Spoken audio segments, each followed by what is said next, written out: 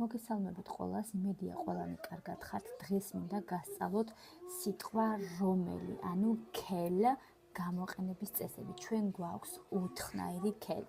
kell, kell, kell და kell. უნდა ვიცოდეთ ზუსტად როდის რომელი უნდა გამოვიყენოთ. ეს დამოკიდებულია არსებით სახელზე, იმიტომ რომ kell ყოველთვის დგას არსებით სახელთან და ერწყმის და ეთანხმება მას სქესსა და რიცხვში. kell ეს არის მამრობითი სქესის მხოლობითი რიცხვი.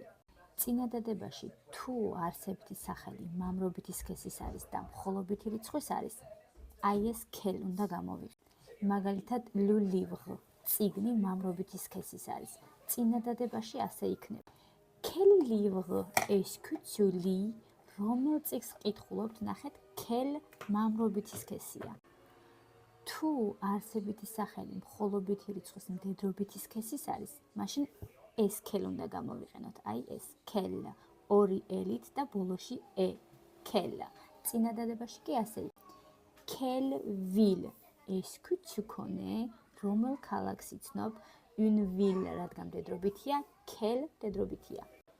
თუ არსებითი სახელი მრავლობით რიცხვშია და თან მამრობითი სქესია, აი ეს kell უნდა გამოვიყენოთ. kell, ერთი ელით და ბოლოში s-ით. წინადადებაში კი ასე იქნება.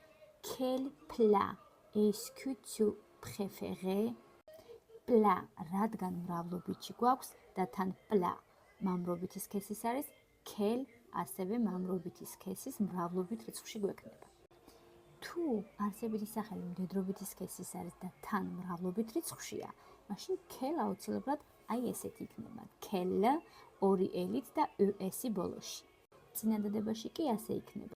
Quelle fleur est-ce que tu achètes? რომელ ყვავილებს ყიდულობ? თუ ეს გაკვეთილი კარგად გაიგე, კომენტარებში დამეწერეთ წინადადება, სადაც kell-ს გამოიყენებთ.